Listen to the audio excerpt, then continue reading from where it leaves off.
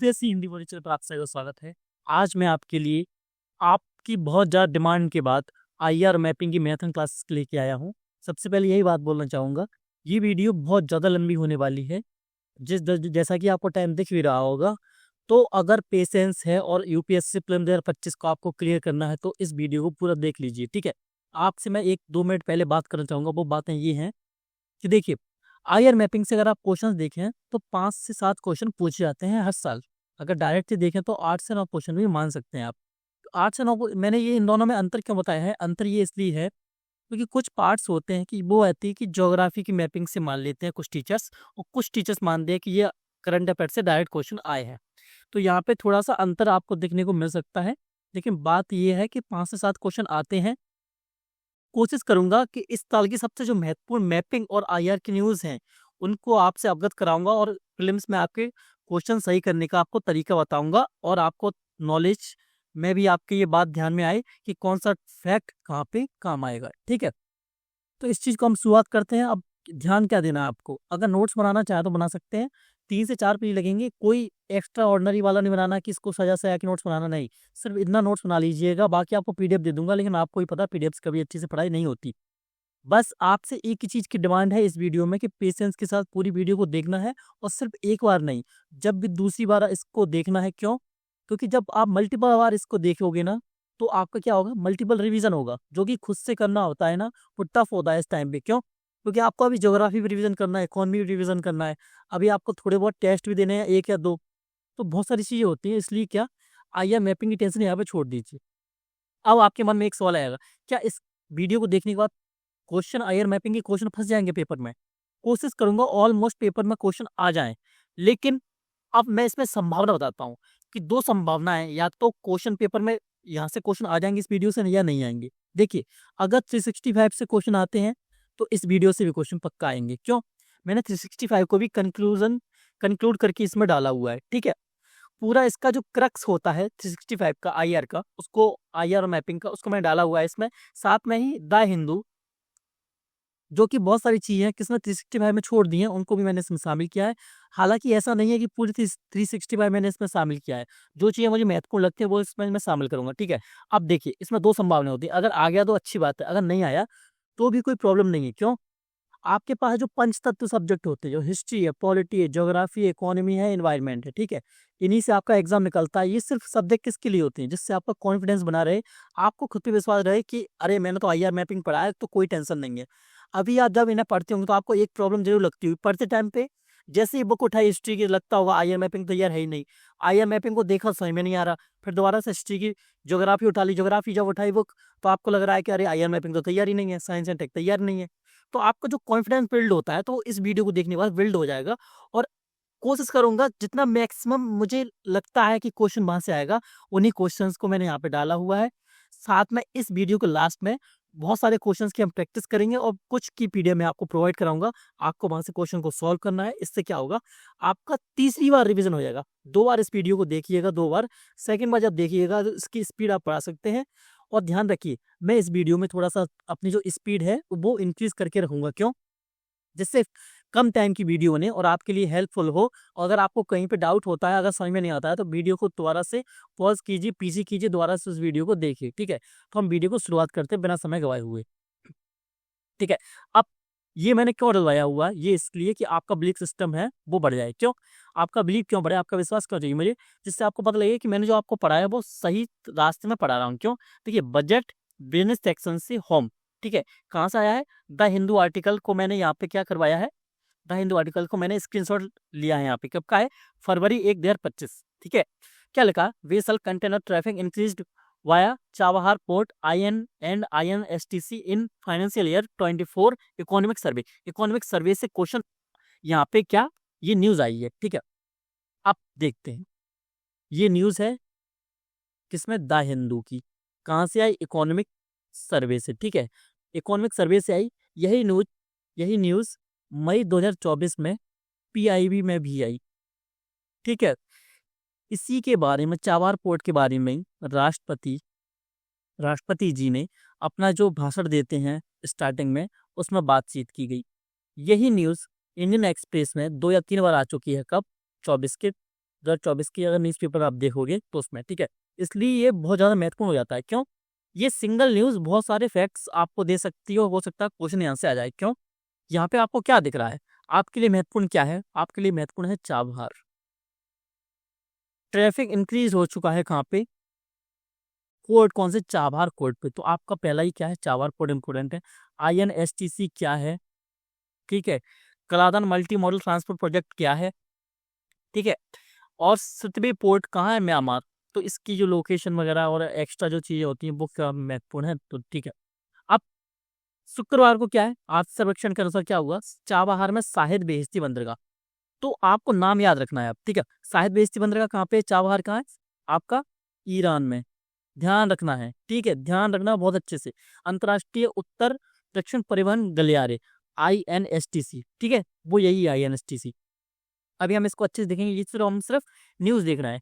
अब क्या आ सकता है? जैसे कि 2024 में, 23 में, 22 में, 21 में, 20 में क्वेश्चन पूछे गए ना कि ये वाला जो सिटी है या ये वाला जो कंट्री है वो किस लिए फेमस है। तो आप याद रखेंगे किस चीज को, कि परिवहन लागत समय को कम करता है, जिससे वित्तीय वर्ष 2023-24 के लिए जो पोर्ट है वो यातायात में 43% की वृद्धि हुई है। ये इकोनॉमी का क्वेश्चन भी बन सकता है, ठीक है। तो वृद्धि कंटेनर आयात में 34% की वृद्धि हुई है। सिर्फ ये वाली लाइन याद रखिएगा, ठीक है। यातायात में 43% की वृद्धि, और कंटेनर यातायात में 34% की, ठीक है। पोर्ट यातायात और कंटेनर यातायात 34 और 43, ये आपको याद रखना है बस, वित्तीय वर्ष 23 और 24 में। क्योंकि फाइनेंशियल ईयर से क्वेश्चन पूछे जाते हैं हर साल, तो ये क्वेश्चन भी आ सकता है, ठीक है। अब मैं आगे देखता हूँ, जो मैंने इसमें क्या किया है, टर्म्स निकाले हैं, अब इनको पढ़ेंगे हम, ठीक है, जो कि सबसे बेस्ट तरीका होता है पढ़ने का। अब देखिए, INSTC क्या है? International north south transport corridor. ये कुछ नहीं है, अगर आपने पहले नहीं पढ़ा होगा तो आपको सीधा समझा देता हूँ। पहले पढ़ा हो तो अच्छी बात है, समझ में जल्दी आ जाएगा। इसको पहले तो ऐसे कीजिए, ठीक है। हाँ, अब कहाँ से स्टार्ट होता है? मुंबई से। बेसिकली ये है क्या? बेसिकली ये है क्या? एक यातायात मार्ग है, ठीक है, या हम क्या परिवहन मार्ग भी बोल सकते हैं इसको। परिवहन मार्ग क्यों? हमको अपना सामान कहीं भेजना है, कहीं से सामान लाना, तो ये इसका हम यूज करते हैं, ठीक है। ये ब्लू वाली लाइन है वो क्या? स्टैंडर्ड रूट है, जिससे हम हमेशा ही करते हैं। और ये INSTC रूट है, इसका हमने अभी ज़्यादा यूज करना स्टार्ट किया है। 2000 में इसका हमने स्टार्टिंग की थी, इसको अभी हम देखेंगे। तो भाई ये लाइन है, मतलब क्या रास्ता है? रास्ता कहाँ जाने का है? आप रसिया से होते हुए यूरोप पहुंच जाते हो। क्यों? अपना सामान भेजना है और वहां से लाना है सामान वगैरह कुछ, तो ठीक है। अब ये रास्ता है यातायात परिवहन वाला, ठीक है। अब इसमें याद रखने वाली चीजें कौन सी है? याद रखने वाली चीज क्या कौन सी है? 7200 किलोमीटर लंबा व्यापार गलियारा है, ठीक है, वो मैंने आपको बता दिया। 2000 में कब इसका प्रस्ताव रखा गया था? 2000 में भारत ने, रशिया ने और ईरान ने। अब हो सकता है क्वेश्चन का जो स्टेटमेंट वाले क्वेश्चन आते हैं, दो स्टेटमेंट वाला, ए और बी, या एक और दो कर सकता है। आप इसको ए और बी कुछ भी कर लीजिए। इसमें इसमें लग सकता है कि इसके प्रस्तावक देश भारत, रूस, ईरान थे, तो ये स्टेटमेंट सही हो जाएगा, ठीक है। भारत इसका प्रस्तावक देश नहीं था, तो ये स्टेटमेंट गलत हो जाएगा, ठीक है। तो मैं इसी की बेस पर आपको क्या कराऊंगा? रिवीजन करवाता जाऊंगा और आपको बताता जाऊंगा क्वेश्चन कैसे बनेगा, और साथ में आपको उसमें क्या करना। तो याद रखना, भारत, रशिया, ईरान, ऐसा क्यों? अब याद करने के लिए मैं कुछ आपको वो भी बताऊंगा जिससे आपको याद रहे, थोड़ी आपकी मेमोरी शार्प हो जाए। क्यों? देखिए, ये मुख्यतः रास्ता जा कहाँ से रहा है? अगर हम पहले जाते थे तो ऐसे जाते थे, जिससे क्या, सोई नहर से हमको जाना पड़ता था। तो पूरा जो हमारा जो मार्ग है वो ज़्यादा बिजी रहता है। ये वाला जो मार्ग है, जो रोड है, वो बिजी रहता है। क्यों? वैसे तो सभी जो ट्रेड होते हैं ज़्यादातर वो यहीं से होते हैं। और दूसरा कारण ये है कि आपस में लड़ते ही रहते हैं हमेशा लोग, कि मिस्र ने कभी यहाँ पे हमला कर दिया, कभी इसराइल का मुद्दा चल रहा है, लगभग 100 साल से यहाँ पे लड़ाई हो रही है, तो प्रॉब्लम होती है। इसके लिए हमने क्या किया, नया क्या लाए, रूट लाए। और रसिया और अपना इंडिया वो बहुत अच्छा दोस्त है, ठीक है। तो इसने क्या बोला कि भाई हमको कुछ करना पड़ेगा, ये लोग तो लड़ते रहते हैं, हमको निकलने नहीं देंगे, तो हम कोई नया रास्ता निकालते हैं। तो साफ इन्होंने ईरान को ले लिया। ईरान को क्यों लिया? पाकिस्तान हमको निकलने नहीं देता। क्यों?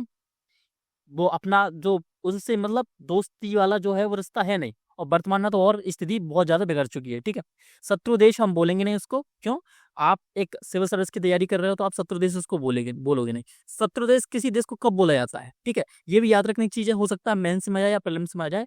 जब बोला जाता है, जब कोई देश अपने राजपत्र पर, ठीक है, ये चीज याद रखने की, जब कोई देश अपने राजपत्र पर किसी देश को शत्रु घोषित करता है, तभी उस देश को हम शत्रु देश बोल सकते हैं। अभी हमने किसी भी देश को शत्रु देश की श्रेणी में नहीं डाला है, ठीक है। इसलिए रशिया, ईरान और आपका इंडिया किसके थे? प्रस्तावक देश थे। अब याद रखने की चीज क्या है? और ईरान और मध्य एशिया के माध्यम से भारत को रूस व यूरोप से जोड़ना। अब क्या है? मुंबई से सबसे पहले हम कहाँ जाएंगे? Chabahar port. चाबहार पोर्ट कहाँ है? ईरान। याद रखने वाली चीजें हैं बहुत, ठीक है। बहुत अच्छे से याद रखना, बहुत अच्छे से। क्वेश्चन डायरेक्ट आ सकता है बंदरगाह से कि चाबहार बंदरगाह कहाँ पे है? ईरान में, ठीक है। अब मध्य एशिया इंपोर्टेंट है, तो मध्य एशिया भी हम देखेंगे मध्य एशिया में कौन कौन से देश आते हैं, ठीक है। सबसे पहले मुंबई से निकलेंगे, या तो चाबहार पहुंचेंगे या बंदर अब्बास। बंदर अब्बास कहाँ है? ईरान में ही है। दो पोर्ट है, एक पोर्ट क्यों नहीं रखा? चाबहार के बारे में आपको पता होगा कि अभी हमने क्या किया, एक कॉन्ट्रैक्ट भी किया था, ठीक है, चाबहार से संबंधित, ठीक है। तो वो भी आपको याद रखना है। तो पोर्ट है, तो बंदर अब्बास भी ईरान में है और चाबहार भी ईरान में है। तो इसके द्वारा हम दो बंदरगाह हमने लिए हैं यहाँ पे इसके लिए। तो वहां से हम दोनों अपना सामान पहुंचाएंगे। फिर यहाँ से रास्ते होते हुए कहाँ पे? तेहरान। तेहरान कहाँ पे? ईरान में ही है, ठीक है। अब बंदर अंजलि कहाँ है? ईरान में। हमारा जो बंदरगाह है अंजलि बंदरगाह, कहाँ पे है? वो भी ईरान में ही है। इसके रास्ते हम कहाँ जाएंगे? कैस्पियन सी के माध्यम से भी जा सकते हैं और अजरबैजान बाकू से जा सकते हैं। अब याद रखने वाली चीज क्या है यहाँ पे? मैपिंग के नजरिए से याद रखने वाली चीज क्या है यहाँ पे? तो आप याद रखेंगे वो क्या चीज है यहाँ पे? वो ये है कि यहाँ पे अजरबैजान से होके निकलेंगे हम। हमारे जो रिश्ते हैं वो अजरबैजान से ठीक है, ना कि आर्मेनिया से। आर्मेनिया और अजरबैजान मतलब बहुत छोटे छोटे कंट्री दिखेंगे आपको यहाँ पे कि ये वाला अजरबैजान है यहाँ पे। तो अजरबैजान से होते हुए जाएंगे। तो याद रखना है, हो सकता है अगर INSTC का पूछ लिया जाए कि किस किस कंट्री से निकला है, उसमें नाम दिए होंगे। सीधा क्वेश्चन क्या आएगा? INSTC के मार्ग किस किस देश से संबंधित है, ठीक है। उसमें 5 या 6 ऑप्शंस आएंगे। कौन सा? आपका भारत आएगा, ईरान लिख देगा, आर्मेनिया लिख देगा, अजरबैजान लिख देगा। तो आपको बताना है कि कौन सा स्टेटमेंट, कौन सा इसमें नंबर सही है, कि पहला भी है, दूसरा भी, तीसरा। फिर इसमें कोड दे देगा कि 1 2 3 4, 1 2 3 5, ठीक है। तो आपका आंसर क्या हो जाएगा? 1 2 3 5 वाला हो जाएगा सही, ठीक है। तो याद रखना है, अजरबैजान से निकला है बाकू होते हुए। फिर कहाँ गया? वोल्गोग्राद। कहाँ पे? आपका Russia, Moscow, Saint Petersburg, Russia. फिर बाल्टिक सी, फिर नॉर्थ सी। नॉर्थ सी से क्वेश्चन पूछा गया 2024 में। इस क्लास की यही खासियत होगी, मैं PYQ पूरे शामिल कर लूंगा। MCQs की जो पॉसिबिलिटी है वो भी बता दूंगा आपको, और सभी नॉलेज जो आपको पता होना चाहिए वो। सेलेटिक सी, ठीक है, strait of Gibraltar, bay of Biscay, ठीक है। तो हम सभी चीजों को अभी बारी बारी से देखेंगे। तो आपको क्या याद रखना है? आपको सिर्फ ये रूट याद रखना है, ठीक है। और ये वाला रूट तो किसी को याद रखने की जरूरत है ही नहीं, बिल्कुल सिंपल सा। मेडिटेरियन सी से कहाँ से जाता है? सोज नहर से जाता है। तो कहाँ? बंदरगाह ईरान, ईरान से ईरान और मॉस्को तक जाता है, रूस तक। रशिया से कहाँ? बाल्टिक सी। अब बाल्टिक सी में कौन कौन से देश आते हैं वो हर चीज मैं आपको आगे बताऊंगा। नॉर्थ सी से क्वेश्चन आ चुका है, तो हम इसको एक बार और देख लेंगे। सेलेटिक से, बे ऑफ बिस्के और स्ट्रेट ऑफ जिब्राल्टर, जिब्राल्टर की जल संधि। मेडिटेरियन सी भी हमको देखना पड़ेगा। तो इसमें याद रखने की वाली चीजें ये थी, ठीक है। अब थोड़ा एक्स्ट्रा था, वो यहाँ पे लिखा है। चाबहार बंदरगाह पर साहिब स्थित पोर्ट टर्मिनल का विकास के लिए 10 वर्षीय समझौता हुआ है। मतलब अब यहाँ पे क्वेश्चन अगर आया तो 2 स्टेटमेंट वाला क्वेश्चन आएगा। पहला स्टेटमेंट कोई सा भी बन सकता है। सेकंड जब स्टेटमेंट बनेगा, तो जैसे कि मैंने इसको ऑब्जर्व किया UPSC को, प्रीलिम्स को, तो वो हमेशा क्या करेगा, 10 वर्ष की जगह हो सकता है वो 15 वर्ष लिख दे या 20 वर्ष। मतलब वो चेंज करके मैक्सिमम संभावना, अगर क्वेश्चन वो ये वाला पूछेगा तो 90% पॉसिबिलिटी है कि वो 10 वर्ष नहीं लिखेगा। इसलिए आपको याद रखना है 10 वर्ष का समझौता है बस। किसके साथ? चाबहार बंदरगाह के साथ, ठीक है।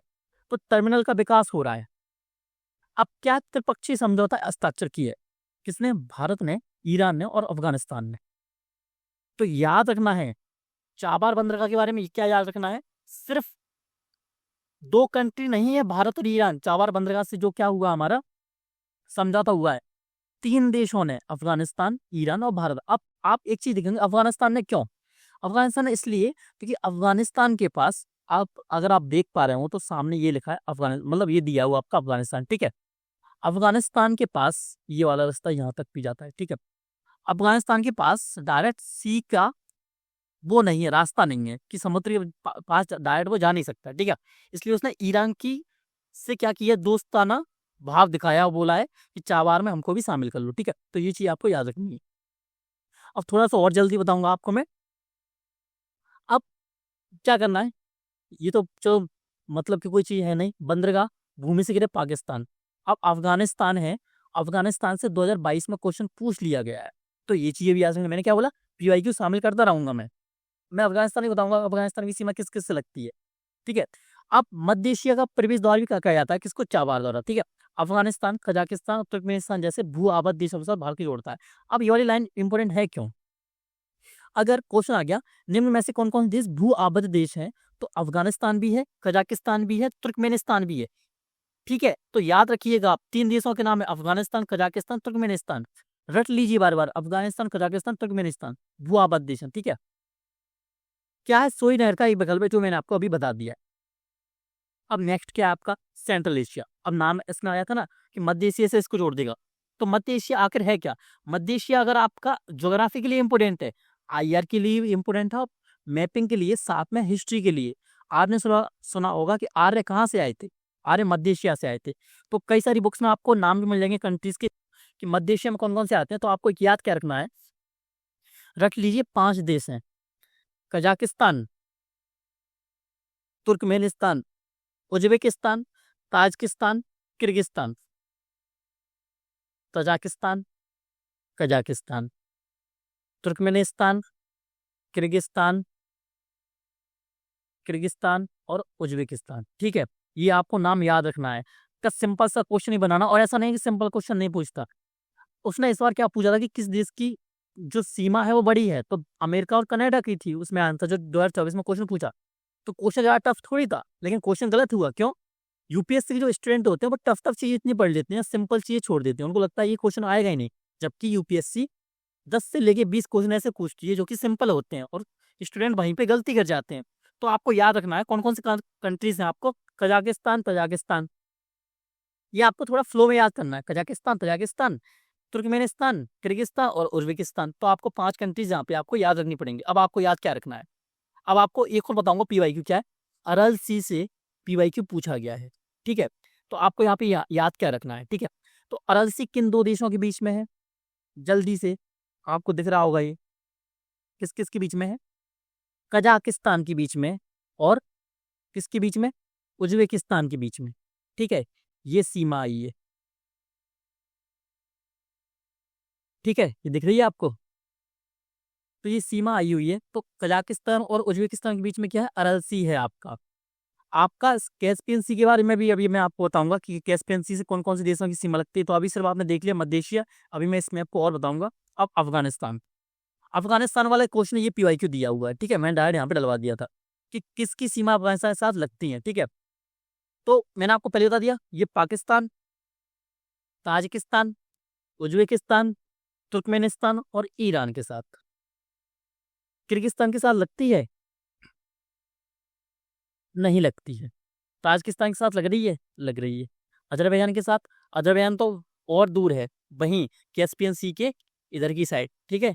अभी मैंने दिखाया था, देखिए यहाँ पे जल्दी से देखिए, ये वाला भाग अजरबैजान वाला, अजरबैजान तो यहाँ है, जबकि अफगानिस्तान यहाँ पे बहुत दूर है। तो ये क्वेश्चन सिर्फ इसी के बेस पर सही हो जाता है, अगर आपको ये पता होता कि अजरबैजान है, वो यहाँ पे है ही नहीं आसपास, तो अजरबैजान गलत, मान लीजिए पॉइंट 1 गलत, तो ये गलत, ये गलत, ये गलत, 3 4 5, ठीक है। ताजिकिस्तान, तुर्कमेनिस्तान, उज्बेकिस्तान, साथ में Iran, Pakistan, Turkmenistan, Uzbekistan, Tajikistan. तो ये चीज़ आपको याद रखनी है। हो सकता है दोबारा ये रिपीटेशन हो जाए, इस क्वेश्चन के वे में ना हो, इस पैटर्न में ना हो, तो दूसरे पैटर्न में क्वेश्चन पूछ लिया जाए। तो आपको याद रखना चाहिए कि अफगानिस्तान की सीमा किस किस देश से लग रही है, तो मैंने आपको बता दिया यहाँ पे, ठीक है। अब आगे और क्या याद रखना है, आगे हम देखेंगे अब क्या, कैस्पियन सी, कैस्पियन सी के बारे में अब देखेंगे, क्यों, हम इसमें क्वेश्चंस में से क्वेश्चन निकाल रहे हैं कि अगर ये न्यूज में है तो इस न्यूज से ये वाला क्वेश्चन भी आ सकता है, इस क्वेश्चन में से ये वाला क्वेश्चन भी आ सकता है। इससे होगा क्या, हम पूरा जो मल्टी डायमेंशनल अप्रोच होती है किसी भी क्वेश्चन को पढ़ने की, अगर न्यूज में ये आया, पीवाईक्यू में ये आया, तो इसके आसपास की हम सब चीजें पढ़ लेंगे। तो इससे हुआ क्या, हमारे क्वेश्चन आने की संभावना ज्यादा हो जाएगी। क्या है, यूरोप और एशिया के बीच में है, पहला फैक्ट है, ये याद रखने की चीज नहीं है। अगर देखना चाहो तो क्या है, 3,71,000 वर्ग किलोमीटर फैला हुआ है, औसत गहराई 211 मीटर है, अधिकतम गहराई 1,025 मीटर है। कैस्पियन सागर की सीमा 5 देशों से लगी हुई है, ठीक है, Russia, Kazakhstan, Turkmenistan, Iran, Azerbaijan. बहुत ज्यादा इंपॉर्टेंट है, यूपीएससी में पूछा जा चुका है, और यूपीएससी यूपी पीसीएस में भी पूछा जा चुका है और दोबारा भी पूछा जा सकता है। ठीक है, क्या पूछना है और क्या देखना है आपको, ये अजरबैजान। देखने से क्या होगा, सुनने से क्या होगा, याद जल्दी होगा। ये अजरबैजान की सीमा दिख रही है, ये वाली रशिया की, ये वाला किसकी, कजाकिस्तान, यहाँ तक आइए। ये वाली किसकी, तुर्कमेनिस्तान की, और ये आपकी ईरान। कितने कंट्रीज हो गए, एक कंट्री ये, दूसरा कंट्री ये, तीसरा कंट्री ये, चौथा ये, पांचवा ये। कौन कौन सा, अजरबैजान, रूस या रशिया, कजाकिस्तान, तुर्कमेनिस्तान और Iran.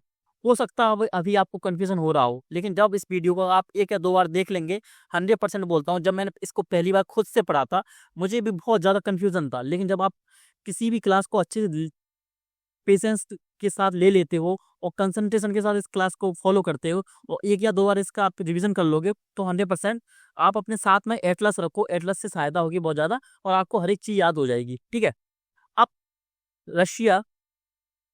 Russia, Azerbaijan, Iran, Turkmenistan और आपका कजाकिस्तान। ठीक है, अब ये याद चीजें याद रखनी है।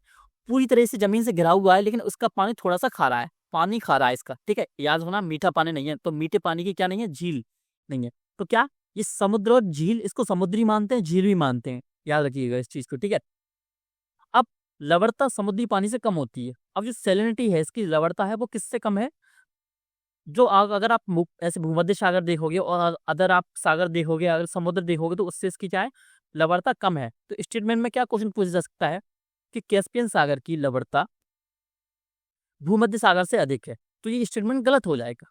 ठीक है, और ऐसा क्वेश्चन पूछा गया है टेस्ट सीरीज में भी, यूपीएससी में भी, यूपीपीसीएस में भी। अब बाकी का आगे देखते हैं हम, वो क्या है, बोलगा, यूराल और कूरा जैसी प्रमुख नदियां इसमें गिरती हैं। क्या ऐसा क्वेश्चन पूछा गया था, हाँ, जम्मेजी नदी से पूछा गया था, जम्मेजी से पूछा गया है, नील नदी के बारे में पूछा गया है।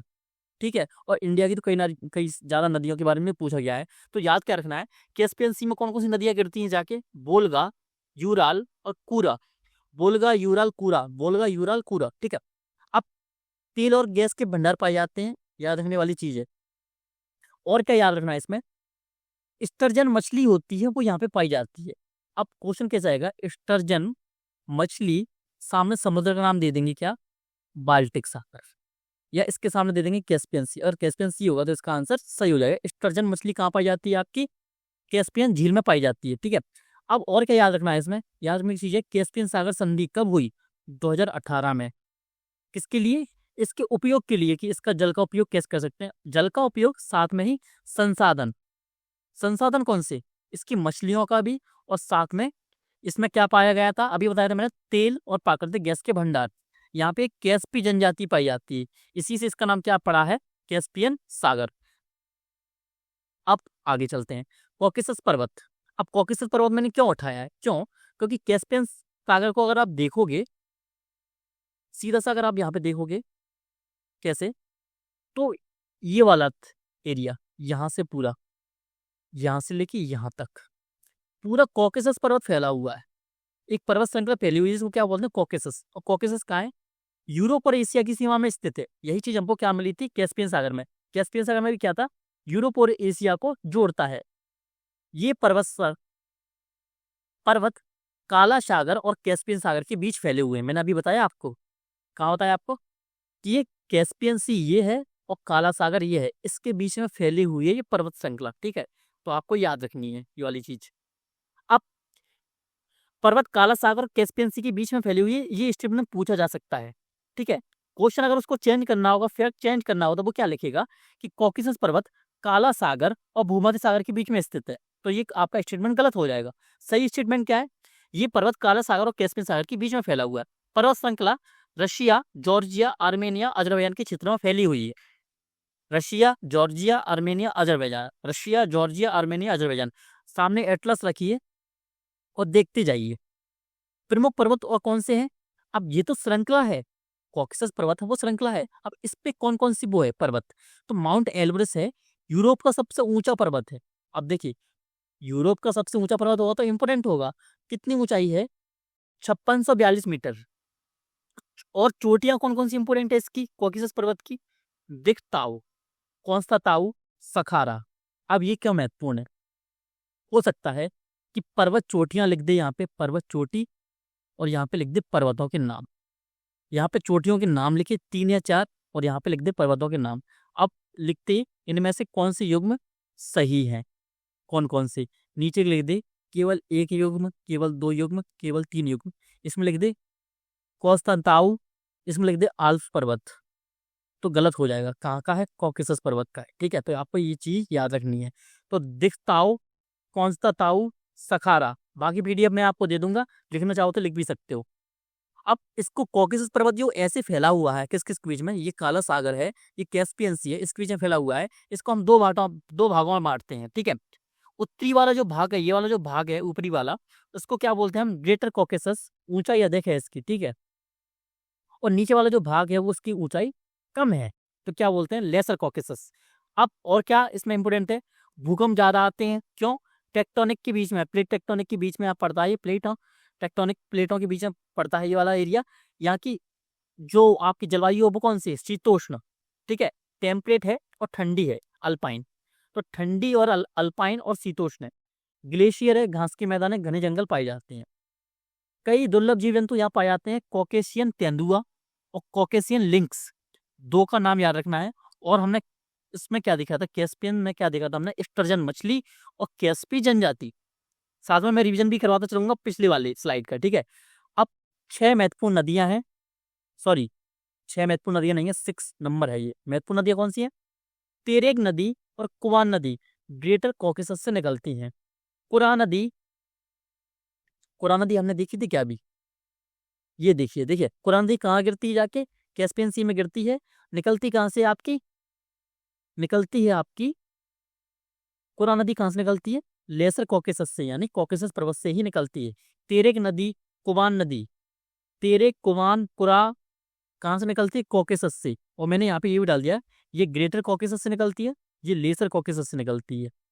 काकेसस या कॉकेसस कुछ भी बोल सकते हैं आप। ठीक है, अब आगे चलते हैं। जैसे कि अरल सी, ये आपको बताया था, तो कजाकिस्तान और उज्बेकिस्तान के बीच में है। ठीक है, एक बार और देख लीजिए अच्छे से, जिससे और अच्छे से याद हो जाएगा आपको।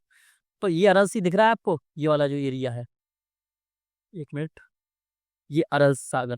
ठीक है, कजाकिस्तान और उज्बेकिस्तान। बस अब इसके बारे में थोड़ा सा पढ़ लीजिए, ये है क्या महत्वपूर्ण, ये महत्वपूर्ण इसलिए है, इसके बारे में पूछा जा चुका है। ठीक है, कजाकिस्तान पीवाईक्यू है तो महत्वपूर्ण है। अब करंट अफेयर्स में तो भी महत्वपूर्ण है, क्यों, कि ये सूख रही है, क्यों, जलवायु परिवर्तन के कारण ये सिमट रही है, कि पहले इतनी बड़ी हुआ करती थी, अब ये सिर्फ इतनी बड़ी बची हुई है बस। ठीक है, अब ये है क्या, कजाकिस्तान और उज्बेकिस्तान के बीच में, पहला पॉइंट ये इंपोर्टेंट है। सेकंड पॉइंट, सागर, इसको बोलते जरूर सागर हैं, लेकिन है ये क्या, झील, अंतर्देशीय झील, जो कि किसी महासागर से नहीं जुड़ी है। अब स्टेटमेंट में क्या पूछ सकते हैं कि अरल सागर इस धारा के तहत इस दूसरे सागर से मिला हुआ है, जैसे काला सागर से, तो ये गलत होगा। अंतर्देशीय झील है, किसी भी महासागर से नहीं जुड़ी है। क्या 20वीं सदी के मध्य तक दुनिया की चौथी सबसे बड़ी झील थी, ये इंपोर्टेंट नहीं है, सिर्फ नॉलेज के लिए। ठीक है, प्रीलिम्स में नहीं आएगा। अमू दरिया, सिर दरिया नदियां जल लाती थी पहले, जब ये बड़ी नदी हुआ करती थी। ठीक है, अब 2 भागों में बढ़ चुका है। अरल सागर छोटा, उत्तरी छोटा वाला एरिया है, ये बड़ा वाला जो एरिया है इसको क्या बोलते हैं, दक्षिणी अरब सागर। 2000 के बाद 90% से अधिक जल समाप्त हो चुका है इसका। ठीक है, मैंने अभी बताया था आपको। तो आपको सिर्फ इसमें 2 या 3 पॉइंट्स याद रखने हैं बस। कजाकिस्तान और उज्बेकिस्तान के बीच में फैली है, अंतर्देशीय झील है, किसी महासागर से नहीं जुड़ी है, सिर्फ ये याद रख लीजिए। और बस ये कि मरुस्थलीकरण बढ़ गया है यहाँ पे, तीसरा। और चौथा अगर याद रखना है तो ये याद रख सकते हैं, कोक अरल बांध बनाया गया है यहाँ पे, किसने, कजाकिस्तान ने। कजाकिस्तान ने कोक अरल बांध किस पे बनवाया है, अरल सागर पे। ठीक है, तो आपको ये 3 या 4 पॉइंट याद रखने हैं बस। ठीक है, कजाकिस्तान उज्बेकिस्तान, अंतर्देशीय झील है, मरुस्थलीकरण, कजाकिस्तान ने यहाँ पे कोक अरल बांध बनवाया हुआ है। आगे देखिए, आगे क्या है, बाल्टिक देशों के नाम ने आपने सुना है क्या, सुना ही होगा ना, बाल्टिक देश। बाल्टिक देश कौन कौन से हैं, बार बार सुनते हैं, कंफ्यूजन बहुत होता है। सीधा सा यहाँ पे बाल्टिक सी के पास में आइए, यूरोप में, तो एस्टोनिया, लाटविया और लिथुआनिया, सिर्फ 3 देशों को क्या बोलते हैं हम, बाल्टिक देश। ठीक है, बाल्टिक देश बोलते हैं किसको? Estonia, Latvia, Lithuania. इसको कैसे रख सकते हैं आप? LEL, या तो या SER लीजिए या ELL, कुछ भी आप बना सकते हैं अपने हिसाब से ट्रिक्स। तो ऐसे आप उसको याद रख सकते हैं। ठीक है, तो ELL मैंने इसको याद रखा था ELL से। ठीक है, तो Estonia, Latvia, Lithuania. Estonia, Latvia, Lithuania क्या है? Baltic countries. आप थोड़ा सा आपका माइंड फ्रेश हो जाए दोबारा से कि थोड़ी सी नॉलेज ज़्यादा हो रही है, फैक्ट ज़्यादा हो रहे हैं, तो थोड़ा सा आराम देने के लिए मैंने अच्छा से मैप बता दिया आपको। ठीक है, ग्वादर पोर्ट कहाँ पे है आपका? कहाँ पे है जल्दी बताइएगा। ये ग्वादर पोर्ट है, इसमें सही तरीके से दर्शाया नहीं है। ग्वादर पोर्ट ईरान में है, बल्कि यहाँ पे किसको दर्शा दिया? सॉरी, ग्वादर पोर्ट कहाँ पे आपका? पाकिस्तान में। एक थोड़ा सा कन्फ्यूजन हो गया था। क्यों ग्वादर पोर्ट क्यों इंपोर्टेंट है? चाइना की बढ़ती स्थिति कहाँ पे? ग्वादर पोर्ट पे, क्योंकि चाइना ने, पाकिस्तान ने क्या किया था? ग्वादर पोर्ट को इसको चाइना को दे दिया था। किस पे? लीज पर। ठीक है, सॉरी, चीन को लीज पर दे दिया था। ठीक है, तो ग्वादर पोर्ट कहाँ है? पाकिस्तान का बंदरगाह है। ईरान का कौन सा? चाबार फोर्ट, शाहिद बेहेश्ती भी बोलते हैं इसको। तो अंजली बंदरगाह कहाँ पे? ईरान में। बंदर अब्बास ईरान में। ठीक है, दुकम पोर्ट कहाँ है? Oman. Djibouti, part of Doraleh. Doraleh कहाँ पे? जिबूती का। मिनिकॉय आइसलैंड, मिनिकॉय। ठीक है, मिनिकॉय आइसलैंड यहाँ पे है। हम्बनटोटा पोर्ट श्रीलंका। और क्या? क्याकफू पोर्ट कहाँ पे है? क्याकफू पोर्ट म्यांमार का भाग है। ठीक है, याद रखना है म्यांमार का भाग क्या? क्याकफू, या हो सकता है इसका एक्सेंट थोड़ा सा अलग हो। क्याकफ्यू है, क्याकफ्यू। और सितवे पोर्ट कहाँ का? म्यांमार के पोर्ट्स हैं। तो आपको याद रखना है, हो सकता है एक साइड बंदरगाह लिखा हो, एक साइड देश लिखे हो, और आपका जोड़ियां मिलाने के लिए आ जाए कि कौन सा युग्म आपका सही है। तो ठीक है, आपको ये वाले इमेज से आपको ये चीजें याद रखनी है। अब आगे चलते हैं। अब कुछ मैंने यू स्क्रीनशॉट थे वो किससे लिए? 365 से लिए हैं। नारगोनो खारका क्षेत्र कहाँ है? क्यों इंपोर्टेंट है? क्योंकि देखिए PY क्यों पूछा जा चुका है, तो बहुत ज्यादा इंपोर्टेंट होता ही है। और बाकी का, रशिया का अभी तक युद्ध चल ही रहा है यूक्रेन से।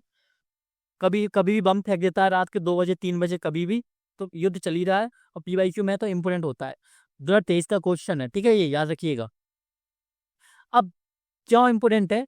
रूसी शांति सैनिक वापस लौटना शुरू होते हैं कहाँ से? यहाँ से। तो इंपोर्टेंट था कौन सा? नारगोनो काराबाख। ठीक है, तो अजरबैजान ने इस विवादित क्षेत्र को आर्मेनिया अलगाववादियों से वापस अपने कब्जे में ले लिया है। ठीक है, ये ईरान वाला पार्ट है, याद रखिए। ये कैस्पियन सी, कैस्पियन सी की सीमा किस किस से मिलती है?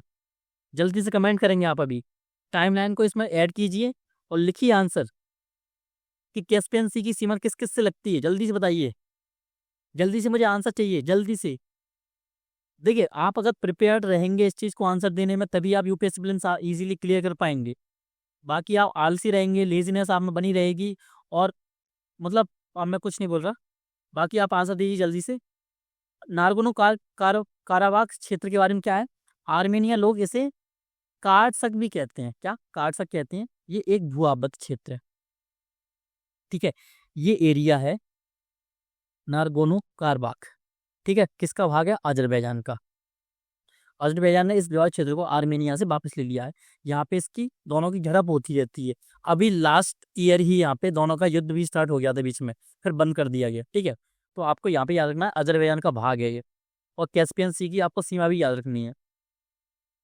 अब ब्रांड रेखा किसे कहते हैं? ब्रांड रेखा को सिर्फ इतना समझिए कि कुछ लोगों ने क्या किया, एक लाइन खींची है पूरी दुनिया पर। उन्होंने क्या बताना चाहा है कि इस लाइन के नीचे वाले जो लोग हैं वो गरीब देश हैं, मतलब अभी विकास कर ही रहे हैं, और जो ऊपरी वाले क्षेत्र हैं वो विकास कर चुके हैं पहले ही, मतलब डेवलप कंट्रीज हैं, विकसित देश हैं, और हम विकासशील देश हैं। बस ये बोलना चाह रहे थे वो। ठीक है, तो इसमें कौन कौन सी कंट्रीज आते हैं सिर्फ आप ये देख लीजिएगा। तो आपको ऑब्वियसली आपको पता ही होगा कि नॉर्थ अमेरिका वाला एरिया पूरा आएगा। नॉर्थ अमेरिका, कनाडा, आपका पूरा यूरोप वाला क्षेत्र, और एशिया, और आपका इसमें कजाकिस्तान इन्होंने डाल दिया है आपका, सॉरी सॉरी, रशिया। और यहाँ पे आपने क्या, मंगोलिया, ये वाला एरिया, चाइना, और इंडिया, अफ्रीका के पूरे कंट्रीज, साथ में पूरा इंडोनेशिया वाला एरिया, और पूरा साउथ अमेरिका और मध्य अमेरिका। पूरा किस में डाला है, पुअर साउथ में, यानी ये बोलना कि गरीब देश है। अब बोलने के लिए तो बोल दिया है, कई साल पुरानी ये क्या है, अवधारणा है, लेकिन अब तो चेंज हो गई है। क्यों भाई, तो दो सुपर पावर बैठे हुए यहाँ पे, एक तो रशिया और एक आपका ये इंडिया वाला भाग। दो सुपर पावर कंट्रीज को आप क्या बोल रहे हो कि आप गरीब हो? ऐसा नहीं हो सकता। क्यों? आप अभी यूरोप की हालत देख लो सीधा सीधे जाके, कि क्या क्या क्या वहाँ पे महंगाई कितनी बढ़ी है, 300% महंगाई बढ़ चुकी है। रशिया, सॉरी, वहाँ पे आपके फ्रांस में। आपको ये चीज़ें पता होना चाहिए। क्यों? तो बस आपको सब जानने के लिए था कि आप वैसे दिमाग से बता दोगे कि ऑस्ट्रेलिया भी अमीर सा देश लगता है, बाकी का आपका यूरोप, रशिया और आपका नॉर्थ अमेरिका। ठीक है, ये चीज़ें बस आपको याद रखने की थी। ठीक है, अब जापान किस में आता है, विकसित देश में आता है, आपको याद रखना है बस। देखिए, बस ये वाले जो पॉइंट दिख रहे हैं आपको, सिर्फ ये याद रख लीजिए। अब इम्पोर्टेंट क्या है, ये आईआर से तो इम्पोर्टेंट है ही, बाकी का डायरेक्ट क्वेश्चन बन सकता है। क्या? आरोग्य मैत्री का विजन। आरोग्य मैत्री है क्या? लगभग एक विश्व एक स्वास्थ्य भाग का स्वास्थ्य सुरक्षा मिशन है। स्वास्थ्य से लगभग, अब मैं देख रहा हूँ लास्ट 3 या 4 साल से, कि हर साल 1 या 2 क्वेश्चन पूछे ही जाते हैं स्वास्थ्य से, हेल्थ से। ठीक है, तो हेल्थ में वो मिशन भी पूछ लेते हैं, और हेल्थ में वो शरीर से संबंधित कोई क्वेश्चन भी पूछ लेते हैं। तो भारत का पहला विदेशी जन औषधि केंद्र कहाँ पे खोला गया? मॉरिशस में खोला गया। इंपोर्टेंट है, क्योंकि देखिए, जब भी इंडिया से रिलेटेड या वर्ल्ड से रिलेटेड आपको कोई चीज मिलती है ना पढ़ने के लिए कि पहली बार हुआ है, तो वो क्वेश्चन बहुत ज्यादा इंपोर्टेंट हो जाता है। और यूपीएससी भी कई बार पूछता है कि ये चीज पहली बार हुई है, तो आपको क्या है, वो स्टेटमेंट सही हो जाएगा अगर आपको पता होगा तो। ठीक है, तो भारत का पहला विदेशी जन औषधि केंद्र कहाँ खोला गया? मॉरिशस में खोला गया। ठीक है, अब इसमें आपको याद क्या रखना है? मॉरिशस याद रखना है। आरोग्य मैत्री है क्या? स्वास्थ्य क्या है? स्वास्थ्य सुरक्षा मिशन है। स्वास्थ्य सुरक्षा मिशन क्या है? आरोग्य मैत्री। सिंपल सा क्वेश्चन अगर आपने ना पढ़ा होता ना, तब भी आप इसका आंसर नहीं दे पाते कि मैत्री है क्या, लगभग किससे संबंधित है, वो लिख देता किससे, आप अंतरिक्ष अनुसंधान से संबंधित है। तो आप यही लगा के आ जाते। क्यों? आपको पता है कि मैत्री संबंधित, मैंने किसी रॉकेट का नाम भी सुना था, अंतरिक्ष सॉरी अनुसंधान का नाम भी सुना था मैंने, मैत्री तो। ठीक है, तो आप इसको गलत करके आ जाते। तो आरोग्य मैत्री क्या है? विदेश क्या है आपका? स्वास्थ्य सुरक्षा मिशन है। ठीक है, अब आपको याद क्या रखना है, भारत क्या करता है? प्रतिनिधित्व करता है। क्यों? वो बोलता है कि भाई सबका बड़ा भाई मैं हूँ, कोई भी प्रॉब्लम आएगी तो मुझको बताओ। ठीक है, तो पहला समिट कब हुआ? 2023 में। ज्यादा इंपॉर्टेंट नहीं है, 24 वाला इंपॉर्टेंट है, थीम इसकी याद रख लीजिएगा। ठीक है, क्या थीम पूछी गई है पहले कभी? हाँ, 2008-9 के टाइम पे पूछी गई थी कुछ थीम्स वगैरह, बाकी का तब से पूछ नहीं गई हैं, लेकिन पूछी जा सकती हैं। क्यों? यूपीसीएस में तो लगभग हर बार 1 या 2 क्वेश्चन आते ही हैं थीम से रिलेटेड। बाकी यूपीएससी अगर पूछना चाहे, थोड़ा सा क्वेश्चन को घुमाना चाहे, टफ बनाना चाहे तो पूछ सकता है। तो आपको याद रखना है, voice of global south summit. Voice of global south summit क्या है? भारत द्वारा शुरू की गई है, पहल है ये। इनिशिएटिव किसके द्वारा शुरू किया गया? इंडिया द्वारा। जो विकासशील देशों की आवाज को वैश्विक मंच पर लाने के लिए। ठीक है, वही ग्लोबल साउथ। ग्लोबल साउथ हमने देखा था। ग्लोबल साउथ किसको बोलते हैं? साउथ का मतलब क्या होता है? जो ब्रांड लाइन थी, ब्रांड लाइन के नीचे जो वाले कंट्रीज हैं उसको क्या बोलते हैं? ग्लोबल साउथ कंट्रीज बोलते हैं। उनका प्रतिनिधित्व कौन करता है? उनका जो मेन बड़ा भाई है वो इंडिया है इस टाइम पे। तो याद क्या रखना थीम को?